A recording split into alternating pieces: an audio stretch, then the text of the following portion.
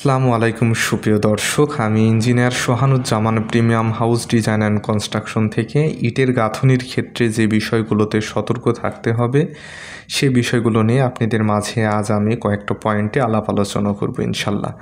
সুপ্রিয় দর্শক, কোনো একটা ফ্লোরে ইটের গাঁথনি করার ক্ষেত্রে সর্বপ্রথম ওই ফ্লোরের ওয়ার্কিং প্ল্যানটা খুব ভালোভাবে বুঝতে হবে যে কোন দিক দিয়ে আমার ওয়ালগুলো যাবে এবং কোথায় আমার রুম হবে, কোথায় টয়লেট হবে, রান্নাঘরের ওয়ালটা কেমন কোন দিক দিয়ে যাবে না যাবে, এগুলো ওয়ার্কিং প্ল্যান দেখে আমাদের সর্বপ্রথম এগুলো ফাইন্ড আউট করতে হবে।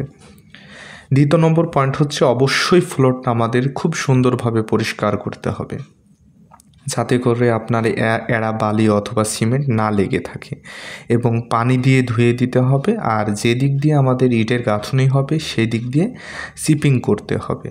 চিপিং করার পর গ্রাউটিং দিয়ে আমাদের ইটের গাঁথনি শুরু করতে হবে। উল্লেখ্য বিষয় যে যেখানে আমাদের ঢালাই থাকবে, অর্থাৎ আরসিসি স্ট্রাকচারের সাথে বা আমাদের যেখানে সিসি স্ট্রাকচার থাকবে সেখানে অবশ্যই চিপিং করতে হবে। চিপিং ছাড়া কখনো ইটের গাঁথনি করা যাবে না। পাশাপাশি অবশ্যই ইটের গাঁথনিকে নির্দিষ্ট দিন পর্যন্ত কিউরিং করতে হবে। কিউরিং মানে ইটের গাঁথনির পরের দিন থেকে পর্যাপ্ত পরিমাণ পানি দিয়ে এটাকে ভিজিয়ে রাখতে হবে, না হলে কিন্তু ইটের গাঁথনি মজবুত হবে না।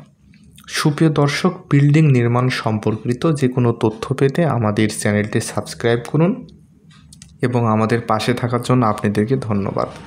সুপ্রিয় দর্শক, আজ এ পর্যন্তই, দেখা হবে অন্য একটি ভিডিওতে। সে পর্যন্ত ভালো থাকবেন এবং সুস্থ থাকবেন। আসসালামু আলাইকুম।